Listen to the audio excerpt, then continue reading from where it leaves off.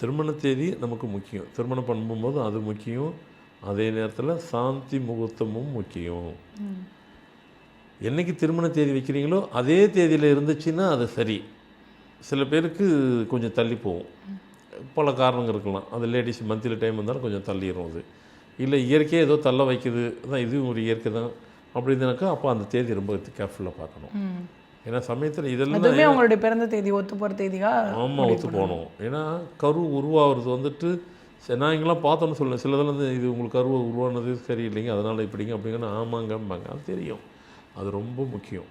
அதனால் நம்ம ரொம்ப கேர்ஃபுல்லாக பார்க்கணும். இப்போ நம்மளாம் வந்துட்டு ஒரு மாதம் கழிச்சிட்டாக்கா அன்னையிலேருந்து குழந்தைய கணக்கு போடுவோம். சைனாலாம் பார்த்திங்கன்னா டே 1லேருந்து கணக்கு போட்டுருவாங்க.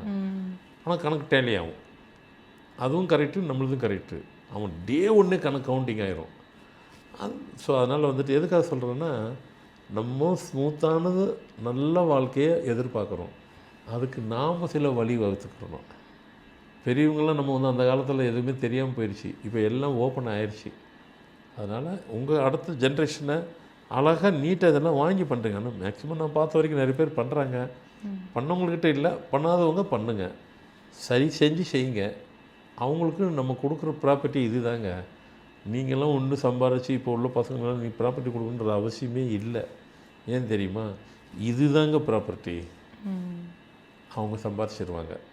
படிப்பை கொடுத்துட்றீங்க, இந்த மாதிரி வேலையெல்லாம் செஞ்சு கொடுத்துருங்க, அவங்க சம்பாரிச்சிப்பாங்க. அந்த காலத்தில் தான் வந்து பேரண்ட்ஸ் ஏதாவது ப்ராப்பர்ட்டி கொடுத்தாங்களான்னு எதிர்பார்த்தது. இப்போ உள்ள பசங்க எனக்கு தெரிஞ்ச வரைக்கும் ஒரு பசங்களும் ப்ராப்பர்ட்டி எதிர்பார்க்குறதில்ல. நீங்கள் இதெல்லாம் பண்ணி கொடுத்துருங்க, இதுதான் உங்களுக்கு நீங்கள் கொடுக்குற ப்ராப்பர்ட்டி. அவங்க சம்பாரிச்சிக்கிடுவாங்க. கண்டிப்பாக செய்வீங்க. செய்கிறதுக்கு உண்டானதெல்லாம் நான் சொல்லி கொடுத்துருக்குறேன். ஃபாலோ பண்ணுங்கள், யூஸ்ஃபுல்லாக இருக்கும்.